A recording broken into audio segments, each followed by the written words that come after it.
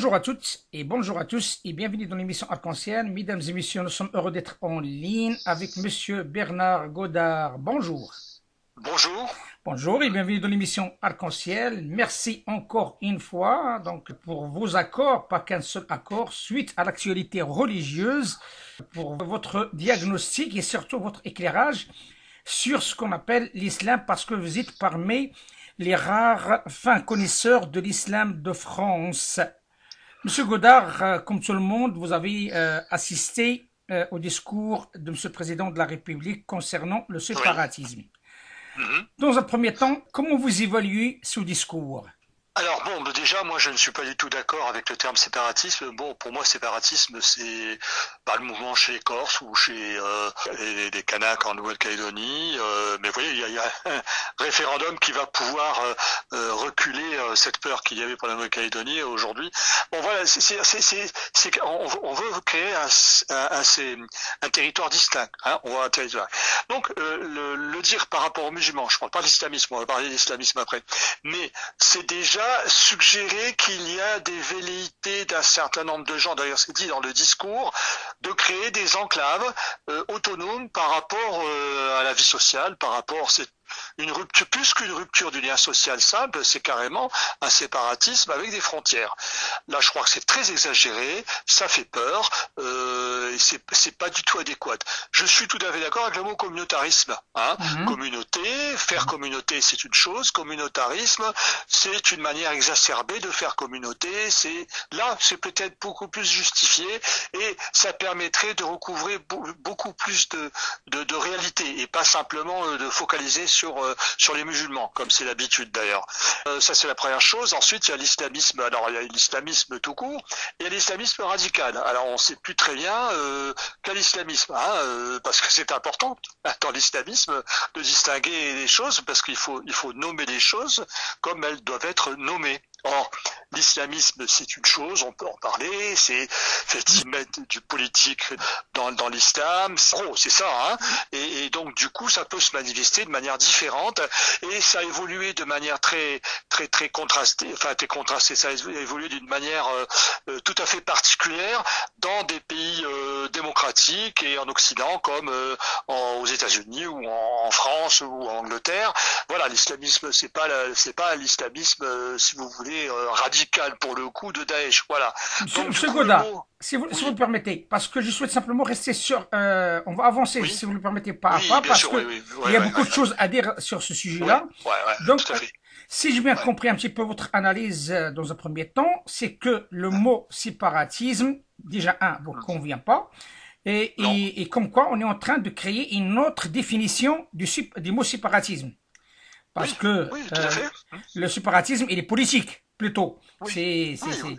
Est-ce que c'est le cas réellement sur le territoire français, vu que vous étiez quelqu'un qui est un fonctionnaire, de très haut fonctionnaire du ministère de Hmm. l'Intérieur pendant plusieurs années, et vous êtes quelqu'un qui suit cette actualité. Est-ce que vous sentez, au sein de la France, il y a des quartiers, des régions, des zones qui sont hors la République? Non, on peut pas dire des choses comme ça. C'est simplement, vous avez des quartiers où il y a une imprégnation de type communautariste, c'est-à-dire de créer effectivement des lieux de vie, un entre-soi, à l'exclusion des autres, avec des commerces particuliers, avec des modes de vie particuliers. Ça, oui, oui, ça c'est pas la peine de le nier. Hein. On va pas mettre la tête dans un trou. Bien sûr. Mais bon, là, il y a une question, qui se pose. Bon, qu'est-ce qu'il faut? Et puis il faut examiner les raisons pour lesquelles ça se pose. Il faut y remédier. Et bon, je connais même des gens qui ont été, on va dire, allez, islamistes, pour ce qu'il faut dire le mot. Mhm. J'en connais certains qui regrettent qu'effectivement il y ait cette dérive, où effectivement les gens restent dans un entre-soi, etc. Et c'est un peu regrettable parce que ça bloque les enfants dans le sens où ils ont un univers plutôt fermé et qui ne leur donne pas à voir le monde en général et en particulier la société française, parce que c'est ça l'ouverture, hein, au-delà de la laïcité, au-delà de grands principes. Quand des enfants vous les faites vivre dans un milieu très communautarisé, ça les isole, hein, c'est tout. Justement, C'est pas une bonne chose. Ouais. justement, c'est la question qui s'impose et qui a été évoquée quelque part. C'est la raison pourquoi il y a ces ghettos, comme vous l'avez bien dit, et d'autres qui les disent. Hein. Il y a des raisons aussi pour cause politique dans le passé. Donc, il y a un cumul qui a créé cette situation de communautarisme, comme vous l'expliquez, cette exclusion quelque part. Mais est-ce que peut-on régler un problème politique avec une notion de séparatisme qui, bien entendu, entraînera des répressions et des stigmatisations éventuellement? Oui, alors simplement, ça c'est un autre cheminement, hein, un autre registre. Il s'est imposé depuis une vingtaine d'années, et surtout ces dernières années, en particulier depuis 2015, une pensée, en particulier dans le milieu des sciences sociales, chez certains. Hein, disons, je vais désigner tout de suite les responsables entre guillemets, c'est Gilles Kepel et Bernard Rouget. Voilà. Bernard Rouget qui a dirigé un livre qui s'appelle Les territoires à la conquête des territoires par les islamistes, je me rappelle plus le titre exact, qui a évoqué une notion de continuum entre une idéologie qui est une idéologie islamiste violente, hein, radicale, il faut le préciser, et le phénomène de communautarisme, puis le terrorisme. Alors il y a un amalgame, alors infâme, qui a été produit. Alors moi je ne le critique pas d'un point de vue moral parce que c'est pas mon rôle, mais simplement je le critique dans le sens où ça a été une vision unilatérale, à sens unique, hein, qui dit de toute façon c'est l'islam qui est responsable, et dans les dérives de l'islam, comme l'a dit le président de la République d'ailleurs, l'islam est en souffrance, etc., etc. Bon, il y a effectivement l'islam, une radicalisation de l'islam. Est-ce que l'islam est en souffrance, Monsieur Godard? Oui. Est-ce que l'islam est en souffrance? Alors, l'islam est en souffrance, non, je ne dis pas qu'il est en souffrance, il est questionné par la sécularisation, c'est-à-dire par l'obligation, on va dire, de rentrer dans une société pas moderne, parce que ça fait longtemps qu'on est dans une société moderne, c'est pas ça, mais qu'il doit effectivement, par exemple de la démocratie par exemple, adapter un peu ses règles par rapport à la justement, par exemple, pour éviter l'islamisme radical, qu'il faut peut-être qu'il y ait un peu plus de démocratie dans les pays musulmans, ça c'est une réalité très forte, hein, qui peut-être va ouvrir les gens, l'égalité homme-femme, etc.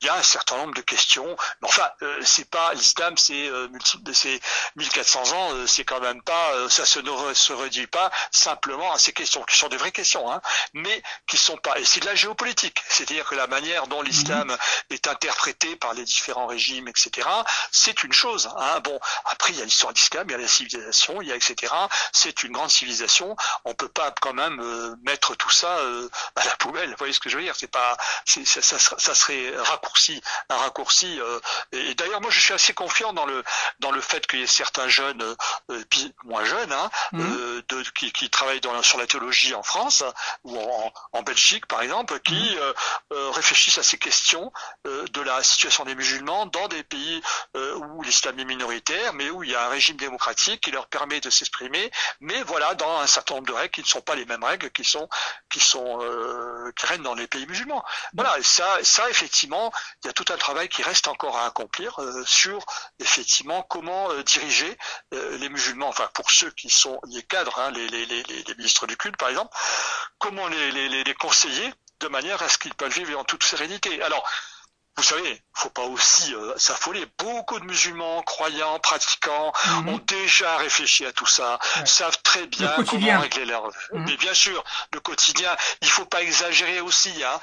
Donc, il y a beaucoup de musulmans qui, effectivement, sont à la recherche de solutions, un peu plus d'éthique, et puis bon, la morale rigoriste, non. Tout ça c'est pas nouveau, il y a pas... Mais effectivement, il y a une certaine forme d'islamisme, je dis bien une certaine forme, parce que l'islamisme c'est vaste, et puis bon, nos amis, je dis, les frères musulmans qui sont fustigés dans le discours du président de la République, eux-mêmes, comment je les ai vus arriver dans les années 80, avec ce que c'est aujourd'hui, écoutez, il y a des sacrés changements. Alors je vais pas dire qu'il faut dire que la pensée de Hassan al-Banna a disparu, etc., mais j'ai vu certains cadres, hein, des frères musulmans qui ont évolué, qui sont dans un discours vraiment beaucoup plus nuancé. Alors moi je ne dis pas il faut leur faire confiance, etc. Non, moi c'est pas une question morale, c'est dire bon, c'est intéressant de voir comment ils évoluent, c'est intéressant de voir comment ils réagissent par rapport à ce que sont par exemple leurs enfants. j'en entends parler, ils me parlent beaucoup de leurs enfants, de leur évolution, et ça c'est important. Donc du coup, par exemple, pour dire un exemple très concret, les lycées montés par les frères musulmans, pour dire l'UOIF, pour dire autrement, comme le lycée de Lille ou celui de Dessines, par exemple, c'est pas les écoles salafistes du quartier avec les filles en niqab. Enfin, il faut arrêter les bêtises quand même. Vous voyez ce que je veux dire? Ce sont des écoles confessionnelles, certes musulmanes, mais qui ont monté un certain type de rapport à la société française qui n'est pas le type de rupture. Monsieur Godard, si on résume un petit peu, parce qu'il y a un réel problème par rapport, comme on l'a dit, sur le terrain, c'est qu'il y a presque 6 à 7 millions de musulmans ici en France, voire plus, et que cette élite, soi-disant élite tout le monde reconnaît son échec dans la gestion de l'islam depuis plusieurs années, et qui sont toujours là, c'est les mêmes têtes, donc c'est les mêmes personnes. Il y a un réel problème, c'est qu'il y a un divorce qui est énorme, qui date entre cette élite et la communauté musulmane vivante sur le sol français. Le souci qui se pose, c'est que simplement on s'adresse à ces élites et on s'adresse pas à la communauté. Quelle influence, selon vous, en tant qu'expert, de ces élites, de ces associations sur la quasi-totalité de la communauté musulmane qui vit ici en France et qui est bien intégrée et qu'on ne parle même pas? Et on les voit sur le plan politique, sur le plan économique, sur le plan entrepreneurial, mais on les met pas en valeur. Et on essaye de tout simplement de mettre l'accent sur cette élite. Oui, mais alors là, vous parlez de communauté musulmane, c'est vague, c'est une mosaïque. Il y a des gens, être musulmans de naissance, il y a adhérer effectivement à un certain nombre de principes de base et puis mener sa vie en dehors de toute institution ou de toute association. Il y a les élites, comme vous dites, qui sont engagées dans l'encadrement. C'est le Conseil français du culte musulman, c'est un certain nombre de gens qui sont dans l'islam, dans le débat, et puis il y a le musulman moyen, qui est ni l'un ni l'autre et qui se parle. Et puis donc vous voyez que ce que vous avez les élites, ça dépend à qui on a affaire. Quand il s'agit de religion musulmane. On parle de la religion musulmane, ouais. Bon, alors si vous parlez de religion musulmane, quand vous parlez des élites, c'est-à-dire qui sont engagés. Attention, qui sont engagés dans la gestion, l'encadrement, la réflexion sur l'islam de France. C'est pas tous les musulmans, aussi. Il faut pas. Alors, c'est vrai qu'il y avait quand même un système un peu pauvre, c'est que ce que vous appelez les élites d'origine musulmane se désintéressaient beaucoup de tout ce qui était l'évolution de l'islam, de la vie de l'islam, etc. C'est vrai, ça a été jusqu'à récemment, ça a été le cas jusqu'à il y a une dizaine d'années. On peut dire qu'effectivement, beaucoup de gens dont on savait qu'ils étaient musulmans, mais qui étaient même croyants, pratiquants, mais non, moi je veux pas, moi combien j'en ai rencontré, je ne veux pas me mêler des affaires de la gestion des associations, etc. Bon, ça c'est une chose. Ensuite, il y a eu un autre mouvement, qui est l'islamisme, on va dire identitariste, qui s'est développé un petit peu et qui lui a occupé une place qui n'était peut-être pas occupée par ses élites ou qui est venu sur un terrain où le président l'a très bien décrit, où il y a eu des perditions des cadres. Alors c'est pas les territoires perdus de la République, c'est les territoires perdus par la République, parce que par la République, elle n'a retiré les transports en commun, elle a retiré les commissariats, elle a retiré un certain nombre de choses. Donc du coup, là effectivement, il y a tout un processus qui a commencé dès les années 80. Vous voyez, c'est pas récent, et puis qui s'est accéléré, etc. Bon, là c'est venu à la rencontre tout ça. Donc c'est vrai qu'il parle des associations qui se sont créées pour effectivement faire du soutien scolaire. Je prends celle-là parce que c'est les premiers qui se sont déclarés. Maintenant, plus récemment, ce sont les clubs de sport, des soutiens aux personnes âgées, des choses comme ça. Bon, alors là, la vraie question, parce que ça a été pratiquement abordé. Là, il y a un confusionnisme total qui est exercé, mais par justement nos amis intellectuels que je citais tout à l'heure, mais aussi qui est suivi par le président de la République et qui consiste à dire ces communautaristes qui font référence à ce qu'ils croient être effectivement un corpus islamique qui pour eux correspond à des règles morales bien précises, c'est le salafisme. Bon, alors le salafisme, bon, d'accord, allez. certaines branches du salafisme, on va dire, sont issues d'islamisme. Je ne vais pas rentrer dans la description, c'est un peu compliqué, mais disons que on va dire qu'il y a un certain nombre de phénomènes de parties du salafisme qui sont, mais c'est du fondamentalisme, c'est revenu au fondement, comme on le voit chez les protestants, par exemple. Bon, c'est aux États-Unis, bon, par exemple. Bon, ce fondamentalisme, c'est très pernicieux. C'est un vrai danger. Bon, c'est vrai, c'est un vrai danger. Et ça, si vous voulez, c'est d'abord la question des musulmans eux-mêmes, hein, des structures musulmanes, des structures d'encadrement, etc. Et alors ça, c'est du communautarisme. C'est pas du séparatisme, c'est dans le sens, voilà, c'est du communautarisme. Et tous les exemples qui sont cités dans le discours du président, des comportements, etc., c'est du communautarisme. Alors, c'est inspiré par ce qui est des gens qui se rattachent à ce qu'ils croient être le vrai islam, c'est-à-dire le salafisme, etc. Bon, et puis ensuite, si vous voulez, il y a d'autres choses. Alors, ce qu'on dit moins, mais sur lequel il faudrait quand même s'appesantir un peu plus, il y a un certain nombre de pratiques qui sont des pratiques qui sont dues au patriarcat, qui sont dues à une certaine tradition, et qui sont même pas du salafisme, mais qui ont intégré dans leur conception générale de la société, justement, et qui est à rapprocher du salafisme. C'est par exemple, alors cette histoire ridicule du refus des garçons d'enlever le caleçon dans la douche, mais attendez, ces histoires-là, putain, il n'y a aucun texte. Mais justement, cet amalgame, M. Godard, cet amalgame qui est flagrant et qui est, attention, qui est bien communiqué par des gens sans scrupules, tout le monde le sait, et qui développent des thèses là-dessus, qui amènent la confusion dans la société française. Donc, il y a un réel problème de communication. Et ce qu'on se constate, et malheureusement, puisque vous avez ouvert ce chapitre-là, il n'y a que ça à la télé, CNews et d'autres, comme tout le monde le sait, avec des dérapages d'un certain Zemmour et d'autres, mais malheureusement, personne, malgré les condamnations de la justice, donc à plusieurs reprises, on continue.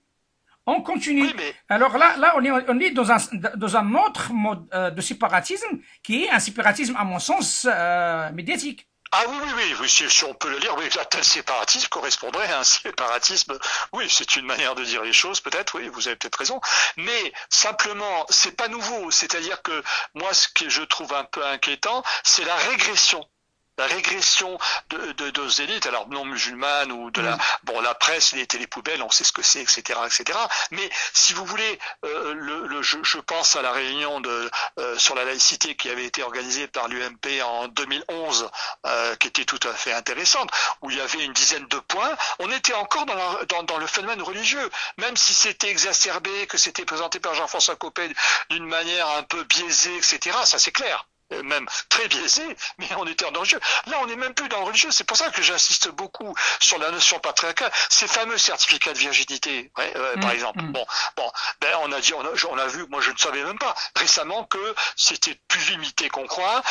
Mais vous croyez, est-ce que ça repose sur des prescriptions précises ça n'a rien à voir avec l'islam. Est-ce que c'est relayé par des imams? Enfin, c'est ça la question qu'il est important d'aborder. Et ce n'est que ça. Alors après, maintenant, sur les pratiques, ça je suis d'accord. Et l'islamisme, moi je veux bien, je ne sache pas que les frères musulmans disent que il faut déployer les tapis de prière avant de faire un match de foot. Enfin, c'est quoi ces bêtises?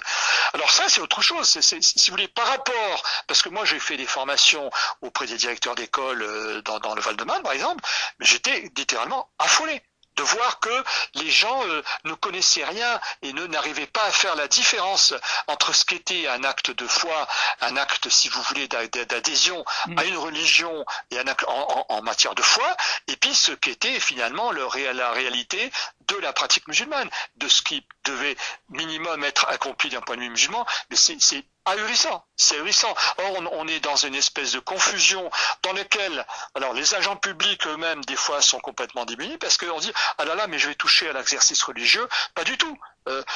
Quand vous avez un club de sport où effectivement les jeunes vont faire la prière avant d'aller, mais c'est à réprimer sévèrement. Hein, il n'y a pas de problème. Islamiquement, il n'y a aucune clause qui dit qu'il faille me déployer ce tapis de prière avant de faire un match de foot. Qu'est-ce que c'est ces bêtises? Qu'est-ce que c'est ces bêtises? Il y a des bêtises comme ça, il y en a plein. Il y en a plein. Mais le problème, c'est la fermeté. Et c'est pour ça que je dis par rapport je suis toujours sur le discours. Par rapport au discours, il n'y a pas de mesure spécifique. La loi est là. Elle est suffisamment explicite pour permettre aux maires, pour permettre aux agents municipaux de sévir, de dire non, là, monsieur, vous n'y allez pas. Ça, c'est pas bon. Vous faites pas ci, vous faites pas ça, etc., etc. Point des besoins, si vous voulez, de menacer, de couper les subventions et tout. On peut même avant de couper la subvention. Donc vous voyez que si tu veux, si vous voulez, c'est une, comment dire, mettre en avant des faits. Alors là où je le répète encore, alors on va les qualifier de salafistes, bon, parce que ça fait plaisir de dire salafistes, mais qui sont des faits qui sont issus du patriarcat. Dans le cas de la certificat de virginité, ça concerne même des gens qui sont des musulmans, qui sont peut-être musulmans, mais qui sont même pas des croyants, des pratiquants, mais qui ont simplement importé des coutumes.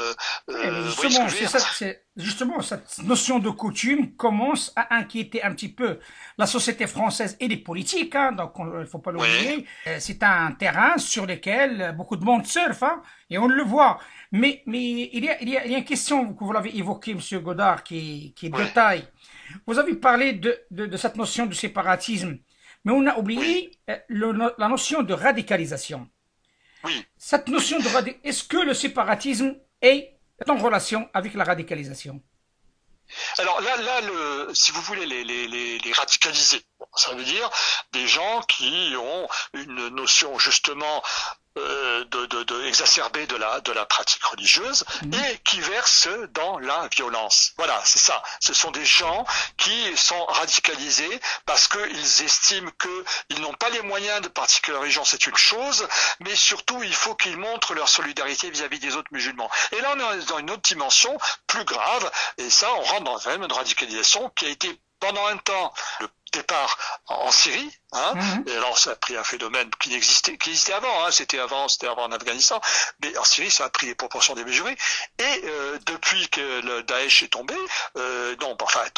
disons, est très très fortement amoindri, si vous voulez, on a assisté à des phénomènes que Daesh avait prôné d'ailleurs, hein, les premiers attentats 2015, et ensuite les petits attentats, les tentatives, etc., etc.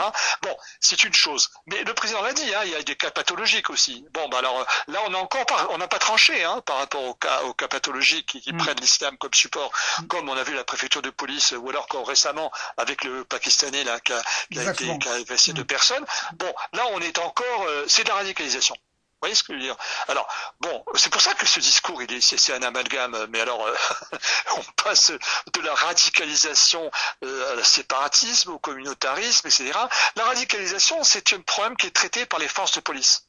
D'accord, qui effectivement sont là pour réprimer des gens qui, alors sont plus que séparatistes, je ne sais pas comment on peut les appeler, mais qui sont en force ouverte contre. C'est plus que du séparatisme, parce que c'est pas vivre à la part de la société, c'est carrément attaquer des symboles de cette société ou attaquer les gens qui s'attaquent à l'islam, dont on estime qu'ils s'attaquent à l'islam. Mais là, si vous voulez, bon, les mettre dans ce discours, oui, pourquoi pas. Mais alors là, c'est un discours fourre-tout, hein, parce que il y a même eu. Alors, pour la première fois, le président évoque le plan Borloo, qui est remarquable, hein, sur lequel il n'avait même pas assisté. Et puis on apprend qu'il a réalisé tous les projets que Borloo avait promus, ce qui, d'après ce que je vois, est fou. Bon, alors il y a quand même un certain nombre de choses qui vont pas, parce que aujourd'hui, alors comme disait Camus, rajouter de l'incompréhension mettre de l'incompréhension dans les mots, c'est rajouter à la misère du monde. Bon, ben c'est le cas, parce que bon, quand on traite dans le même paquet, hein, la radicalisation, le communautarisme, le séparatisme, la situation de l'islam en France. Ça aussi, c'est le sujet dans lequel il y a eu quand même pas mal d'éléments qui ont été développés. Et puis ensuite, la situation des quartiers. Bon, c'est un sacré amalgame, hein, tout ça, de mettre tout dans le même sac. Mais voilà. Monsieur Godard, vous avez, comme tout le monde, pu constater comme quoi le CFCM a été choisi comme l'organe représentatif des musulmans. Et comme vous le Oui. savez mieux que moi, c'est une coquille vide jusqu'à ce jour qu'il y a un divorce avec la société. C'est toujours les mêmes têtes qui sont là depuis plusieurs années. Ceux qui sont élus ou là, ceux qui sont éjectés de CFCM, il y a un réel problème de l'élite. Là, je reviens à la charge encore. Oui, tout à fait. Comment peut-on monter tout un projet ambitieux, même il faut le dire les choses telles qu'elles sont. Le président, pour la première fois, il a évoqué un dossier pour un débat. Parce que là, il y a un débat quand même, et on est en train de le faire aujourd'hui avec vous, comme d'autres personnes qui vont intervenir dans cette émission. C'est un ouverture d'un débat qui peut s'évoluer, on ne sait jamais, mais il y a une ouverture, il y a un courage d'ouvrir ce dossier. Mais le souci qui se pose, M. Godard, si on garde toujours les mêmes têtes, connues par leur échec total depuis plusieurs années, et avec des fonds venant de l'étranger, en plus, l'histoire de la viande halal, en plus, les dérapages sur le pèlerinage, toute forme de dérapage, et on garde les mêmes et on veut monter quelque chose avec eux. Moi, je pense qu'il y a une erreur monumentale là-dessus. Oui, mais ça, bon, si vous voulez, moi je me rappelle, puisque j'ai participé à la création du CFCM quand même, et donc du coup, au début, moi je suis perçu dès le départ hein, le danger dès la création, hein, même avant 2003, lorsque la plupart des parties participantes à la création de ce CFCM ont dit ah c'est une structure légère, hein, on va pas s'ingérer dans les affaires des uns des autres. On sentait déjà la plupart des acteurs, voilà, c'était à reculons, on faisait ça à reculons. Mais bon, c'est vrai que bon, c'était leur droit, puisque contrairement à ce qui a pu être dit, le CFCM n'a pas été imposé aux musulmans. C'était ces organisations, et à l'époque, c'était les interlocuteurs auxquels on devait avoir recours pour discuter de ces questions. Voilà, c'est tout. C'était pas. Ouais, c'est les fédérations à l'époque. Ouais. Voilà. Et assez rapidement, alors il y a eu 2 ans, hein, on va dire de 2003 à 2005, où les choses et les commissions qui avaient été mises en place ont fonctionné, en particulier par exemple tout ce qui concernait la question des imams et de la formation des imams, où il y a des échanges assez fructueux avec différents acteurs, etc. Et puis, pom, 2005, ça a été le couperet. Alors le couperet, pourquoi? Eh ben, itifarkoun wala itifarkoun. C'est-à-dire que c'était, eh bien, ils se sont entendus pour pas s'entendre. C'est ça le CFCM. Vous voyez, voilà. Alors on se met d'accord, etc., etc. Donc, si vous voulez, après toute cette histoire maroco-algérienne, hein, principalement, et ensuite avec des rajouts UOIF, mais bon, les Marocains se sont adjoints quand même l'assistance des Turcs, ce qui fait que ça a quand même permis au système de marché. Hein, c'est ça qui a permis au système de marché de 2005 à aujourd'hui, fait que, si vous voulez, ce sont des intérêts. Alors, c'est pas réductible uniquement au phénomène nationalitaire. Je m'explique. C'est les différents acteurs dont vous parliez, hein, qu'ils soient d'origine marocaine, d'origine algérienne, d'origine ou turque, ce sont des ou africains. Ouais, les pauvres africains, eux, ils sont oubliés dans l'affaire. Hein. Ah oui, ils ont été parce que les Africains sont moins, je sais pas, moi je vous parle de mon expérience, hein, sont moins intéressés par la prise de pouvoir. Ouais, ils ont leur vie, etc. Mais quand vous regardez un petit peu comment fonctionnaient les foyers, qui étaient des lieux de vie totaux, hein, intégraux dans les années 80, etc. Bon, on parlait pas de séparatisme, hein, mais bon, pourtant c'était vraiment, il y a eu des questions d'excision, il y a eu des questions diverses, mais bon. Si vous voulez, on n'a pas parlé de séparatisme. Et puis petit à petit, les gens, les enfants, vous avez bien vu, se sont intégrés. Alors là, apparaît un autre phénomène, qui est le phénomène, là c'est différent, on l'a vu au moment de l'affaire Floyd aux États-Unis, et puis en France, les conséquences, le comité Traoré. Bon, ça c'est encore, on voit qu'ils sont plus dans l'obsession plutôt du support sur le religieux. Bon, voilà, mais bon, c'est encore une manifestation d'enfants de l'immigration plutôt africaine. Mais ce que je voulais dire, c'est que donc les représentants, ces représentants Ben voilà, ce sont des acteurs qui ont acquis des rôles dans la société, qui ont été notabilisés, etc.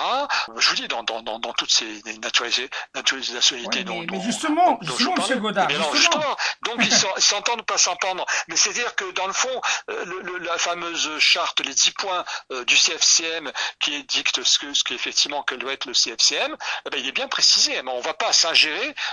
Et par exemple, bon, je cite souvent ça, mais je me rappelle des premières réunions du bureau du CFCM en 2003. La première question qui est venue, c'est la question théologique. Or, c'est la première question qui a été évacuée. Alors surtout pas, surtout pas. Eh ben, Eh ben oui, ni l'UIF, ni oui, parce que vous parliez ben oui, là, parce que c'est les fonds avant, hein, c'est les fonds qui arrivent. Ah oui. Bien sûr. Bien sûr, et c'est, disons que les responsables qui ont été vraiment ceux qui ont dit bon, limite, hein, on va pas rentrer dans les détails, c'est plutôt l'UIF, hein, au début en 2003, 2004, 2005, c'est ceux qui ont été les plus fermés à cette expression commune. Disons que du côté de Mosquée de Paris. Bon, c'était très réticent, c'était reculons, hein. Du côté marocain, il y avait quand même une volonté de discuter, même si c'était, je me rappelle, Abdallah Boussouf qui était président, par exemple, de la commission des imams, qui faisait à reculons, mais ça a fonctionné. Et l'UIF a dit non, niet, hein, on ferme tout. Et bon, bah finalement, ensuite après l'affaire, si vous voulez, du côté marocain en 2005, il y a eu quand même la création du Rassemblement des musulmans de France, une conscience de la puissance que pouvait représenter le référence marocaine, hein, ce qui n'était pas forcément le cas auparavant. Et donc voilà, on est rentré dans un processus. Mais comme vous dites, ces élites, oui, ce sont les mêmes depuis 2000, hein, depuis 20 ans. Oui, mais justement, c'est là la question. Comment peut-on dialoguer, apporter un message aux jeunesses, à la communauté musulmane, sachant que vous avez déjà un bilan qui est vraiment néfaste, qui est approuvé par les attentats. Tout le monde le sait, les différents attentats. L'argent qui arrive, c'est énorme. Le président de la République, il a bien mentionné quelque chose d'intéressant, et c'est l'école. Alors, comment ça se fait cet argent qui arrive, qui n'a pas permis à cette communauté musulmane de connaître les valeurs de la République, d'intégrer la République d'une manière intelligente et de trouver un terrain d'entente entre la religion et la laïcité. Mais là, il n'y en a pas. Il suffit tout simplement de jeter un coup d'œil sur la richesse de chacun de ces îlettes depuis le commencement. Là, on verra bien. Et là, ça m'amène à une question principale concernant le financement. Le président de la République a parlé d'un financement étranger qui doit être contrôlé. Bon, ça montre comme quoi il n'y avait pas de contrôle, hein, lorsque il insiste sur le contrôle. Donc, on n'a pas cessé d'en parler de cette émission avec vous et avec d'autres acteurs. La France devient un passoire, quelque part, par rapport à cette histoire de financement. Et cet financement venant du Maroc, de l'Algérie, de la Turquie, de Qatar. Mais on a oublié de mentionner les Émirats arabes unis. Et ça aussi, il faut bien mettre l'accent là-dessus. Trouvez-vous comme quoi cette initiative du président de contrôler le financement étranger est intéressante? Non, mais il faut intéressant. Oui, mais il faut pas surdimensionner ces déclarations parce que beaucoup de choses qu'il évoque existent déjà. Donc du coup, j'ai pas tellement bien compris. Mais les flux financiers, il y a un organisme qui s'appelle Tracfin. À partir du moment où un produit financier rentre en France, il est tracé, il n'y a pas de problème. Les banques, etc. Il y a tout un système qui fait que vous ne pouvez pas dissimuler un produit financier qui vous est parvenu par une banque étrangère. C'est différent. C'est pas possible. Donc c'est Tracfin, donc ça existe déjà. Bon, on va pas. Ça c'est la première chose. La deuxième chose, c'est que il faut pas. Alors, il y a eu de l'argent sur, effectivement, vous parliez des lycées confessionnels ou des choses comme ça. Il y a eu de l'argent. Oui, de l'argent. En particulier, bon, bah l'opération qu'a fait l'UIF sur les lycées confessionnels après la loi de 2004, ça a été quand même exemplaire. Bon, bah ils ont été dans les pays du Golfe à dire, bah vous voyez, regardez, la laïcité nous opprime et tout. Il faut nous donner de l'argent pour qu'on ouvre des lycées. Bon, bah ça a marché.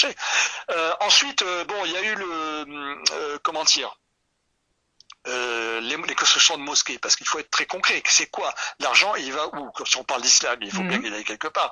Et il se trouve que c'est pas si important que ça. Bon, je sais qu'il y a eu des Qatar Papers, etc. Il y a eu beaucoup. Il y a un petit surdimensionnement. Vous voyez ce que je veux dire?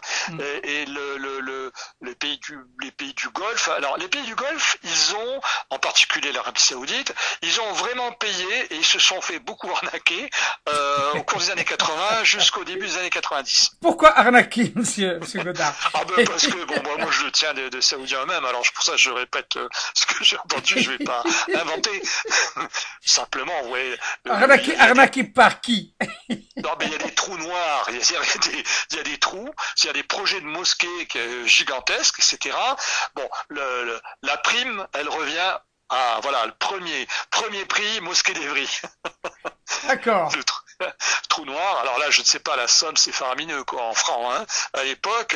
Et moi, les Saoudiens m'avaient dit, mais vous vous rendez compte, c'est un gouffre, ça nous a, on a versé sans compensation. Bon, il y a des l'Institut Avicenne, là, l'Institut de, comment ça s'appelle, là, ouais. de notre ami Mohamed El-Bouchari, qui est fermé jusqu'à ce jour, il paraît comme quoi c'était une somme colossale qui a été versée. Ah ben oui, mais c'est au début de fermé. Ouais. Justement, je parle par rapport à ces exemples. De quoi on parle? Par rapport oui, tout à fait. À ces trous noirs. Mais bon, je dis pas que ça se compte sur le doigt de la main, mais c'est ça. Mais la plupart des mosquées, quand même, il faut reconnaître que ça a été beaucoup avec l'argent des fidèles.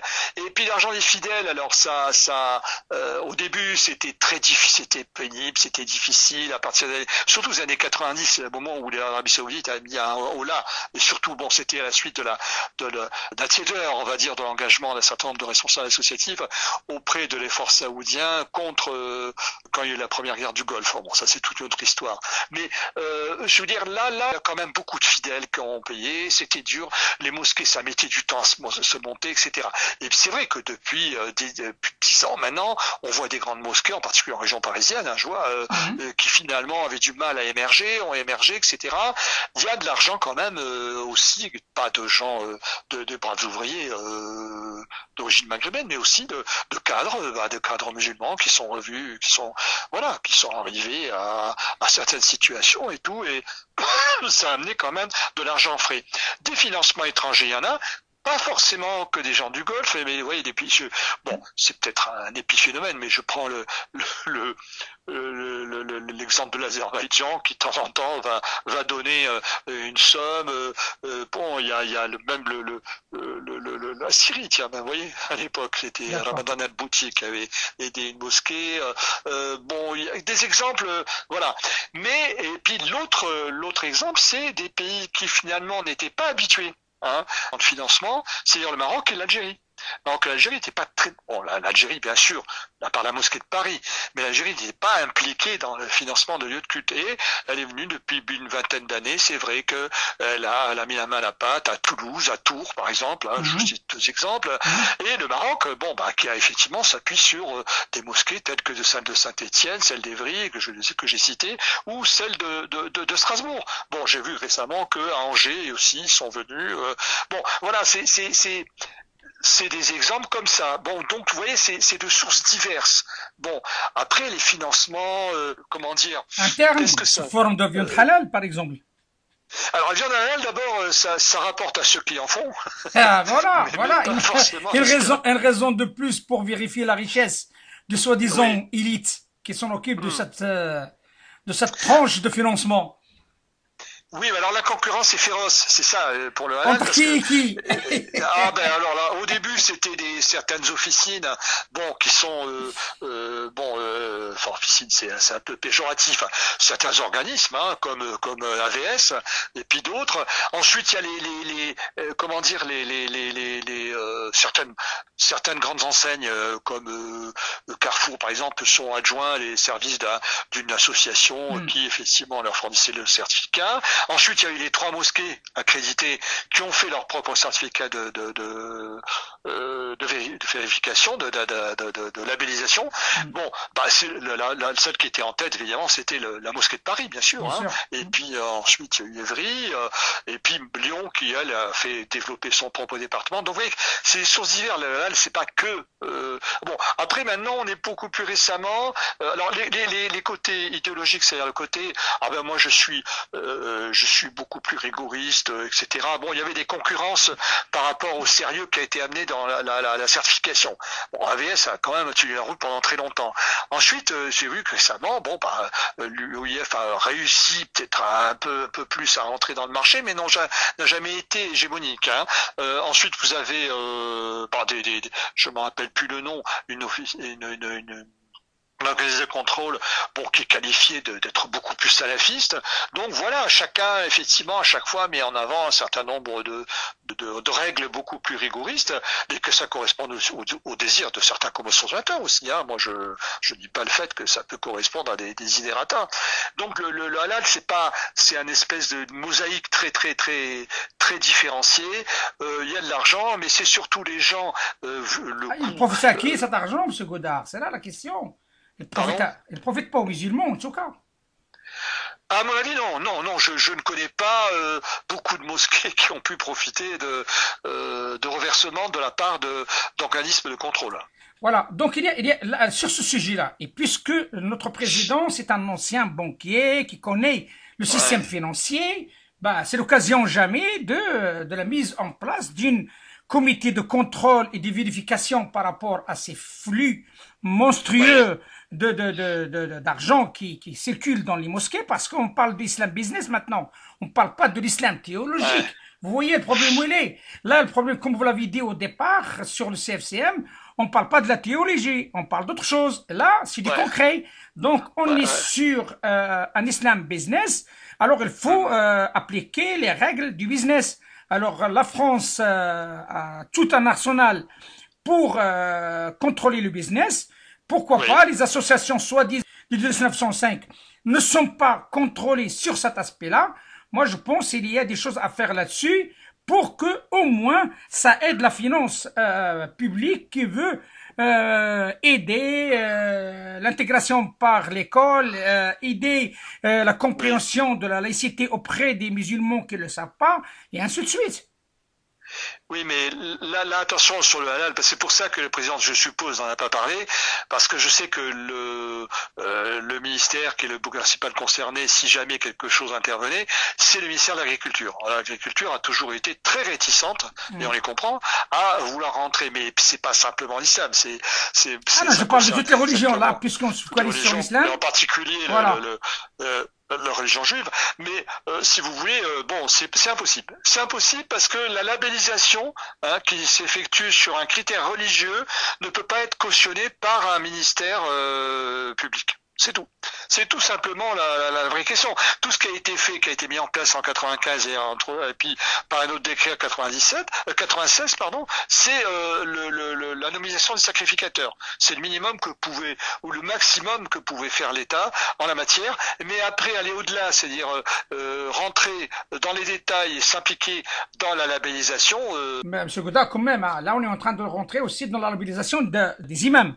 Alors voilà, non mais tout à fait. Et puis surtout, j'ai oublié de vous dire par rapport au pèlerinage. Moi, je me suis occupé très personnellement de cette affaire pendant 2-3 ans, d'écouter saoudiens, mais moi, je suis très bien. Les Saoudiens, on discute avec eux, etc.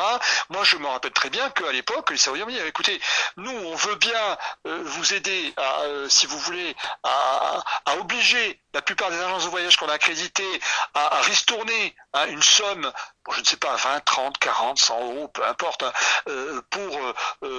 pour que ce soit reversé dans le culte musulman en France, mais il faut que cet organisme qui récolte l'argent soit appuyé sur l'État français. Nous voulons une garantie de l'État français, et que l'État français s'engage lui-même à garantir ce reversement. Parce que nous, on veut pas avoir affaire aux agences directement, puis après se faire accuser de... Voilà.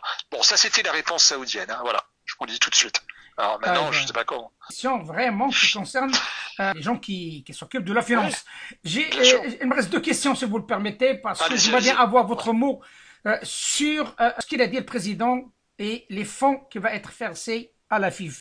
Alors, oui, c'est 10 millions d'euros, mais alors si j'ai bien compris, d'abord il parle de la FIF, et il parle ensuite aussi du département d'islamologie. Alors est-ce que ces 10 millions, c'est la FIF et les départements d'islamologie, ou est-ce que c'est la FIF? Enfin, c'est pas très clair dans son discours. En tout cas, moi, je vais vous dire une chose. Dans ses paroles, quand il parle d'islam des Lumières, quand il parle d'un institut scientifique, c'est la reproduction pure et simple. Alors, je sais qu'il y a vu Jean-Pierre Chevènement il n'y a pas très longtemps. La reproduction pure et simple du travail que nous avons accompli. Je dis je parce que j'étais au cabinet de Jean-Pierre Chevènement à l'époque, de 97 à 99 sur la construction d'un institut d'enseignement de l'islam à destination d'une part des non-musulmans pour qu'ils soient un peu et à destination des jeunes générations qui effectivement n'avaient pas une connaissance, sinon effectivement d'un département très sophistiqué d'islamologie. À l'époque c'était le PHE. Bon, et donc du coup ça a fini par produire quoi? Par produire l'Institut des études sur l'islam et des sociétés du monde musulman qui est abrité par le HESF. Voilà, donc c'est un institut qui se défend, alors qui est très circonspect. Alors là, j'ai vu avec un responsable actuel qui est beaucoup plus centré sur l'histoire. Il fait des trucs très intéressants. En ce moment, il y a tout un débat sur la science, la médecine arabe. Effectivement, c'est très intéressant.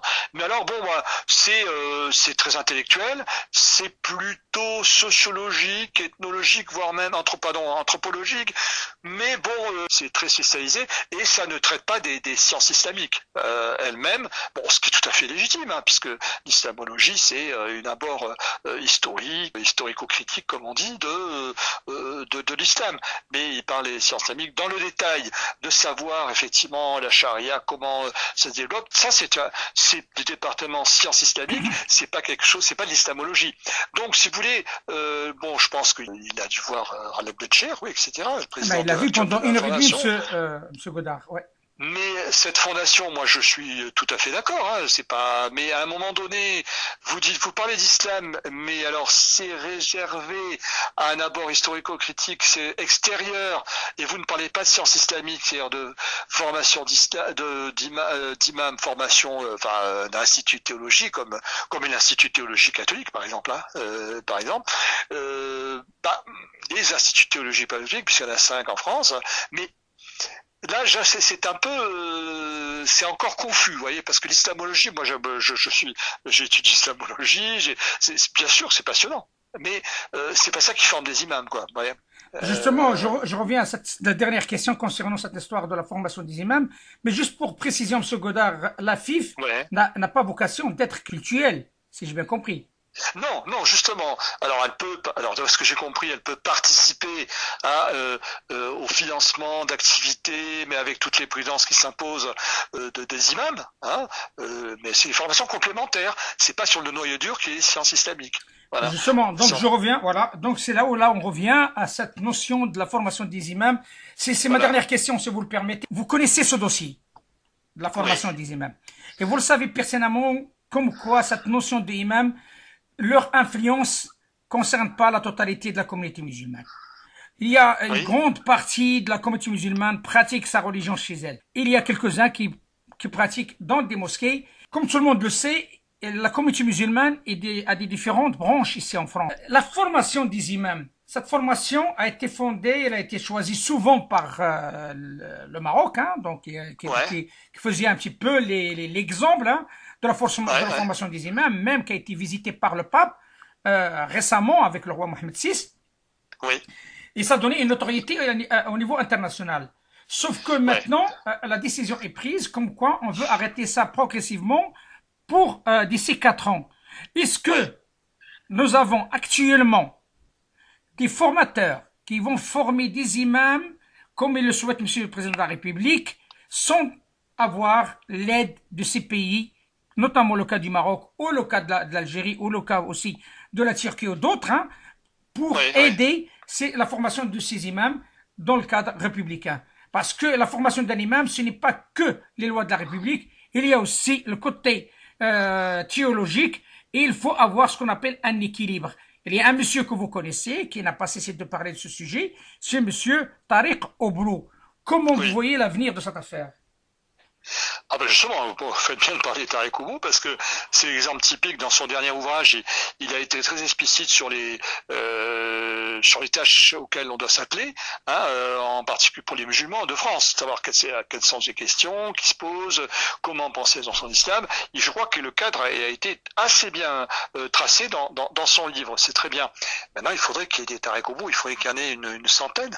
Voilà, c'est ça qui est la question. Alors, il y en a d'autres hein, qui sont des universitaires qui ont souvent, par exemple, justement un doctorat de l'EPHE, qui réfléchissent au Coran, au texte coranique, comment. Alors évidemment, ils s'en sont pas au stade où on va dire comment on va faire pour des musulmans, c'est pas leur travail, mais ils y réfléchissent aussi. Comment on va faire pour transmettre ce savoir. Donc ils sont pas absents des sciences islamiques, c'est-à-dire que même s'ils ont étudié l'islamologie, donc ils sont dans l'aspect, comme j'ai dit, historico-critique, mais ils ne sont pas tellement dans la pastorale, ce que j'appelle la pastorale, c'est-à-dire le fait de transmettre l'islam. Hein, c'est pas leur vrai, mais il y en a de plus en plus, et donc ça va bouger. C'est-à-dire que le fait de penser l'islam dans une société très sécularisée comme est la France, parce que c'est ça le cas, hein, comment il faut que je fasse, etc. Alors comme je vous l'ai dit, il y a quand même beaucoup d'imams qui font ça, qui font de la sécularisation sur le terrain. Ben oui, qui en font, qui sont et qui sont pas forcément des savants, qui disent bah non, mais attendez, dans ces cas-là, bon. Je pense aux rituels qui concernent les sépultures, quoi. Il y a des choses, des gens qui disent bon non mais oh là là, mais vous inquiétez pas, les femmes peuvent assister au cortège, etc. Ben, c'est des questions comme ça, hein. C'est pas que le grand intellectuel, la grande chose intellectuelle à laquelle il faut réfléchir. Il y a aussi des choses de la vie de tous les jours, hein, et qui ont un rôle très important pour rétablir la juste mesure des choses, la loi satire, quand il faut. Hein, c'est parce que c'est ça qui guide la wasatiyya, hein. C'est donc la wasatiyya, c'est en France c'est être on fait avec la sécularisation, c'est ça la wasatiyya, hein. Mais donc du coup, effectivement, comme vous le dites, alors la question souvent on le dit, alors je dis le président, mais bon c'est déjà dépassé, ça c'était il y a 20 ans, c'est des imams qui viennent de l'étranger et qui parlent pas le français. Vous savez, le fait qu'ils parlent le français ou pas n'a rien à voir avec l'affaire. Moi je connais des imams qui parlent très bien le français, des imams par exemple qui n'exercent pas en France, mais j'ai connu celle d'El-Azhar par exemple, hein, il y a un département francophone, mais ils ne connaissent pas la société française. C'est-à-dire que si vous voulez, il faut des imams, il faut des cadres musulmans qui enseignent, qui forment des gens qui seront capables de répondre, non pas comme le font beaucoup d'imams pour le moment, mais non, attendez, faut trouver une solution. Mais ils n'ont pas forcément la solution à un moment, d'un point de vue quand la personne en face, par exemple, est un jeune salafiste, c'est très embêtant. Parce que pour y répondre, mais il leur dit mais non, mais cheikh, vous savez que le Coran dit ça, ça, il faut quand même des gens qui soient rompus à un exercice qui consiste à dire mais non, la sécularisation c'est ça, etc. L'expliquer d'un point de vue dogmatique, c'est-à-dire penser l'islam de France pour des musulmans de France. Et c'est vrai que là, pour le moment, ils sont très démunis parce que quand l'autre en face lui dit bah c'est l'islam, c'est ça, etc. Même si effectivement c'est inadmissible, c'est très difficile d'avoir des arguments en disant donc il faut vraiment du savoir beaucoup plus sophistiqué. Simplement, je voulais dire par rapport à des gens qui viennent de l'étranger, du Maroc, etc. L'islam qui est dispensé au Maroc, en Algérie, en Égypte, hein, ce n'est pas l'islam de France. C'est-à-dire que je porte pas de jugement, mais si vous voulez, quand vous dites par exemple la règle malikite dit qu'il faut faire ça, etc. Quand vous êtes au Maroc, oui, c'est pour ça. Mais il n'y a pas de réponse en France. Il faut que les gens qui vont se destiner à la métier de cadre religieux pour éclairer les Tchad dans le bon sens du terme en France pour les différents croyants, il faut qu'ils sachent contrôler, maîtriser ce qu'est la sécularisation et comment traiter avec. Et ça, c'est pas évident du tout. C'est pas évident du tout déjà pour le musulman ordinaire. Et maintenant, on a en face des salafistes avec lesquels il faut opposer effectivement une argumentation qui ne peut pas venir du Maroc. Cette argumentation ne peut pas venir du Maroc. Il faut que les Marocains, bien sûr qu'on va collaborer, etc., etc., mais à un moment donné, ce salafiste français, vous pouvez lui amener le meilleur des conseils supérieurs des oulémas ou je sais pas quoi. Vous aurez quelqu'un en face qui vous dira, voilà, non. Voilà. Justement, Monsieur Godard, parce que, vous voyez, le fond de l'affaire, il est ici, le fond de l'affaire. C'est que cette formation des imams, il a un déficit qui s'appelle les formateurs. Qui c'est qui va former ces imams? Deux, il y a une charge lourde qui a été envoyée par le président avec la labellisation de CFCM. Et ce CFCM, comme vous le savez, dans la quasi-totalité, voire la totalité, c'est de l'islam consulaire. Alors, on n'est pas sorti de l'auberge quelque part. Ah ben de toute façon là je comprends pas trop comment tout ça s'est monté, mais en tout cas comme je vous dis Tifakoun wala Tifakoun, c'est-à-dire que bon oui mais ils vont s'entendre comme larron en foire, j'ai envie de dire que ce soit le président Moussaoui, le recteur de la mosquée de Paris et l'UOIF qui tout en disant qu'elle n'est pas impliquée dans le CFCM discute avec toutes ces parties quand même. Bon ils vont dire bon écoutez hein, on fait chacun notre truc, voilà. Mais c'est pas possible. Alors vous voyez déjà, je vois quand même que je n'ai pas parlé des Turcs. Les Turcs sont en dehors. On est d'accord. Les Turcs, on parle même pas à un moment donné. Ce qu'on ne dit pas, c'est que par exemple, les Turcs ont commencé déjà depuis quelques années à recruter des jeunes. Comme le font à l'école à Rabat là, de formation d'imams, ils ont recruté des jeunes qu'ils envoient dans 5 universités en Turquie et qui reviennent. Il y en a déjà un certain nombre qui est revenu pour exercer en France. Donc c'est que les Turcs ont déjà prévu cette cessation d'envoi d'imams et donc ils sont en train de préparer. Je sais que on m'a dit qu'en région Alsace, il y en avait 30% qui étaient des jeunes qui avaient été formés en Turquie, qui étaient des Français.